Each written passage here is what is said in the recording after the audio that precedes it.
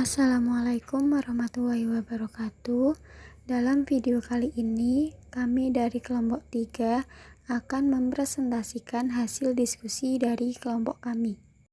Materi kali ini akan dibahas yaitu tentang inventarisasi data pribadi.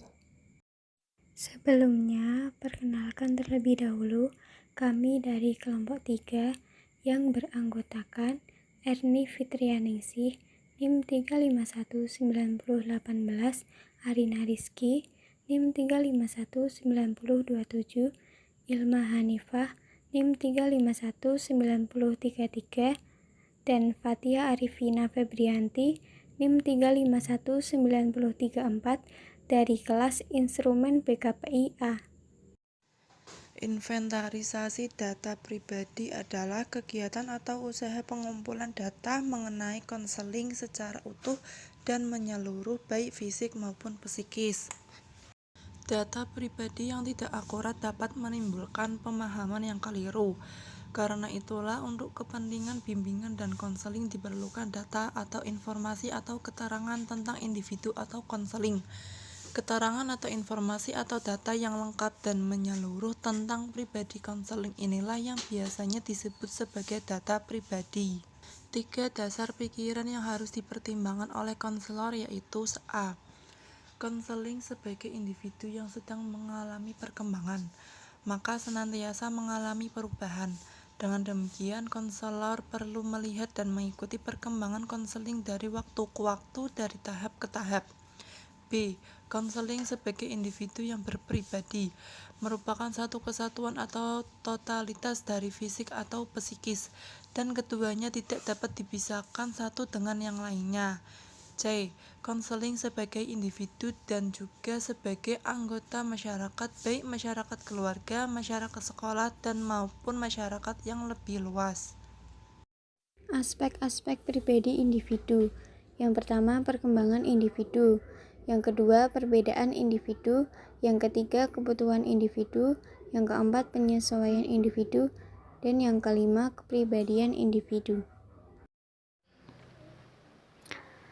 Untuk yang ketiga, ada unsur-unsur catatan pribadi. Pengumpulan sebuah data tentang pribadi seorang klien tidak hanya didapatkan dari seseorang yang dijadikan klien atau konseling saja, akan tetapi juga didapatkan dari pihak lain yang dapat dipercaya serta dapat memberikan keterangan secara langsung maupun tidak langsung. Sumber data pribadi seorang klien dapat bersumber dari data utama atau yang disebut dengan data primer sampai dengan sumber data pendukung yang disebut dengan data sekunder. Berikut beberapa data primer sampai sekunder. Untuk yang pertama, ada konseli sendiri. Konseli atau yang biasa disebut dengan klien merupakan sumber data yang utama. Data dari klien inilah konselor dapat memperoleh data langsung dari tangan pertama atau sumber data primer. Sumber data selain dari klien yaitu berupa sumber data sekunder. Namun di balik itu ada keuntungan serta kekurangan pengambilan data dari konseli langsung. Untuk keuntungannya, seorang konselor dapat memperoleh data yang masih asli serta berharga sebab dapat menggambarkan secara langsung keadaan pribadi konseli. Sedangkan kelemahannya, pada umumnya seorang klien dengan sengaja tidak bersikap jujur, sehingga data tentang dirinya yang dianggap sebagai kelemahan atau kekurangan. Untuk yang kedua, ada orang tua. Orang tua adalah sumber data yang tidak langsung atau sumber data sekunder. Akan tetapi, orang tua merupakan sumber data sekunder yang paling dapat dipercaya karena orang tualah yang paling tahu akan kepribadian tentang diri anak dibandingkan dengan sumber data lainnya. Untuk keuntungan, seorang konselor dapat memperoleh data untuk melengkapi serta mengecek keberadaan data yang diperoleh dari klien. Untuk kelemahannya, pada umumnya orang tua akan cenderung tidak memberikan keterangan yang sebenarnya atau sengaja tidak memberikan keterangan mengenai anaknya karena merasa malu. perlakuan orang tua tersebut semata-mata sebagai counter atau balikan kepada konselor yang dapat menginformasikan kepada orang tua. Untuk yang ketiga, ada guru dan staf sekolah. Sebagaimana orang tua, guru dan staf sekolah juga merupakan sumber data sekunder yang cukup dapat dipertanggungjawabkan atas kebenaran data pribadi klien, karena mereka lebih mengenal peserta didiknya, khususnya dalam hal yang berkaitan dengan sebuah kegiatan serta prestasi akademiknya. Untuk keuntungannya, dapat mengumpulkan data akademik siswanya atau konseli baik dalam waktu yang lampau, baik di sekolah maupun saat di kelas sebelumnya. Untuk kelemahannya, yaitu tidak semua guru atau staf sekolah dapat mengetahui dan memiliki data tentang konseli. Proses inventarisasi data pribadi yang lengkap pastinya harus dilakukan setiap saat secara bertahap sesuai dengan kebutuhan agar dapat diperoleh data yang terbaru. Karena dari data yang diperoleh, mungkin saja konselor dapat mengidentifikasikan sumber masalah serta memperoleh sumber inspirasi untuk memecahkan suatu permasalahan yang dihadapi oleh klien atau konseli. Berikut jenis data serta unsurnya yang perlu dikumpulkan oleh seorang konselor. Yang pertama, identitas konseli. Sumber masalah yang didapatkan oleh konselor dapat berasal dari data ini. Contohnya, seorang klien yang sebagai anak tunggal yang tinggal di rumah memperoleh perlakuan yang serba enak dari orang tuanya maupun dari asisten rumah tangganya.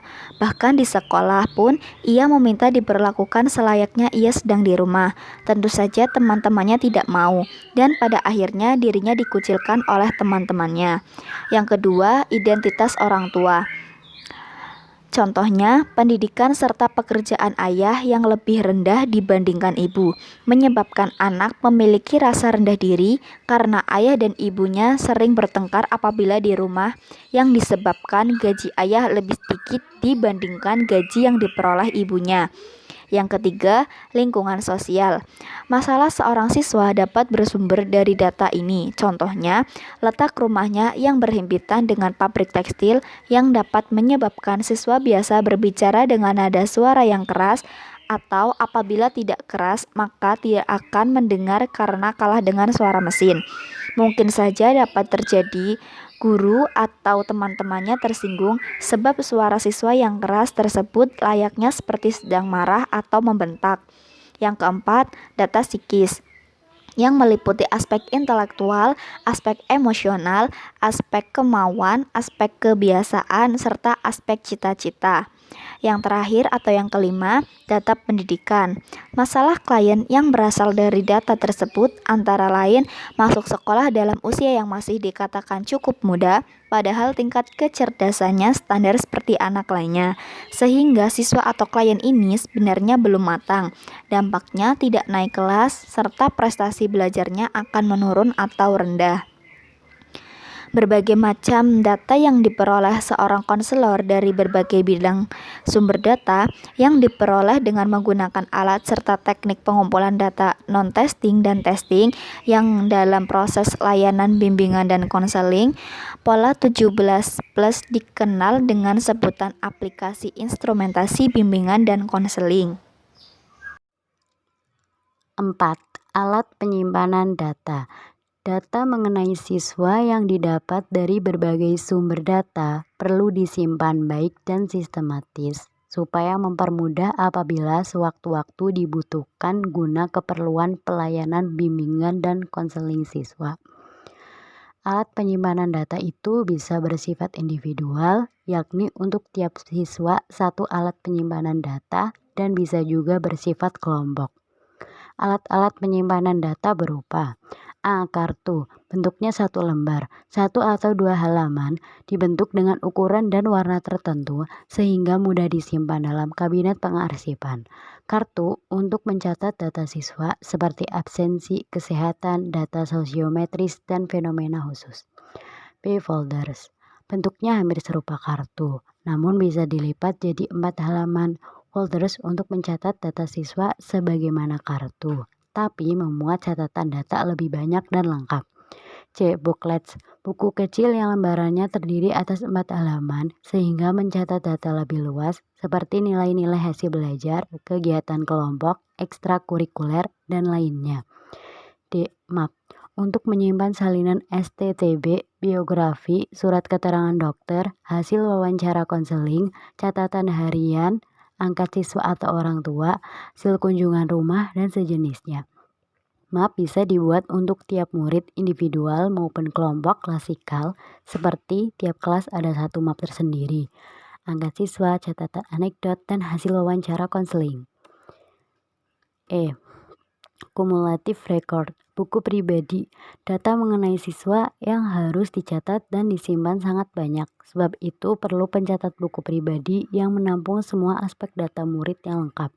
Tiap siswa dicatat datanya pada buku pribadi. Satu buku pribadi untuk satu siswa. F. Komputer, seharusnya dipakai tiap konselor sebagai alat penyimpan data karena komputer punya hard disk, compact disk, dan flash disk yang bisa menggantikan peran alat konvensional secara sempurna. Selain itu, komputer bisa mengolah dan menyajikan data dengan tepat dan akurat, baik bentuk hard copy, cetakan, maupun soft copy. 5. Teknik pemahaman individu. Pemahaman individu didasarkan informasi diri individu yang sahih dan akurat. Konselor berperan penting dalam menolong siswa guna memahami diri. Bermacam data mengenai individu bisa dikumpulkan konselor menggunakan berbagai alat pengumpulan data teknik non-tes maupun tes. Bisa dikatakan layanan bimbingan dan konseling, yakni layanan orientasi informasi, penyaluran atau penempatan, konseling perorangan atau kelompok, bimbingan kelompok, konsultasi, dan mediasi bisa berjalan baik sebab didukung dengan himpunan data dari aplikasi instrumentasi bimbingan ini. Aplikasi instrumentasi bimbingan dan konseling adalah kegiatan pendukung bimbingan dan konseling guna mengumpulkan data dan keterangan mengenai peserta didik konseli, keterangan lingkungan peserta didik, lingkungan yang lebih luas. Pengumpulan data yang dimaksud guna memahami individu ialah berbagai instrumen yang memakai teknik non-tes. Sekian hasil diskusi dari kelompok kami. Kurang lebihnya mohon maaf. Wassalamualaikum warahmatullahi wabarakatuh.